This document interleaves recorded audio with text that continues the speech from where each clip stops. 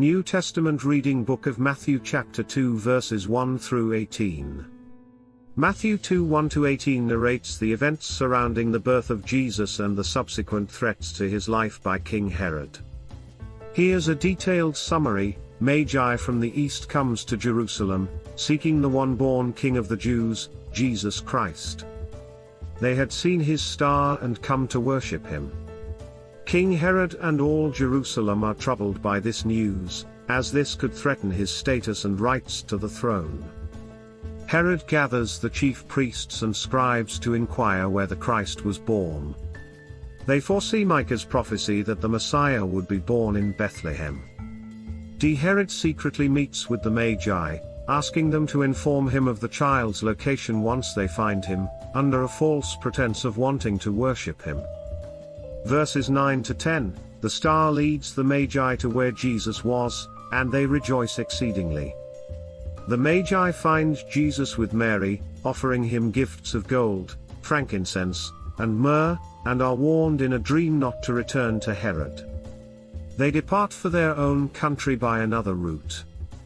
An angel appears to Joseph in a dream, instructing him to take Jesus and Mary to Egypt to escape Herod's wrath.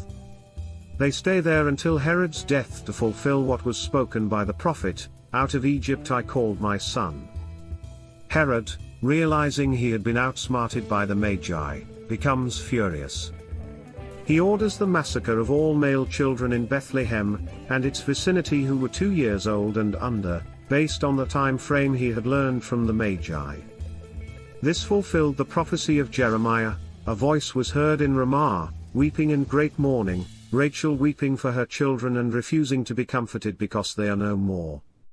Matthew 2 1-18 narrates the journey of the Magi to worship Jesus, Herod's deceitful intentions to find and harm Jesus, the flight of Jesus and his family to Egypt to escape Herod's wrath, and the tragic massacre of infants in Bethlehem ordered by Herod.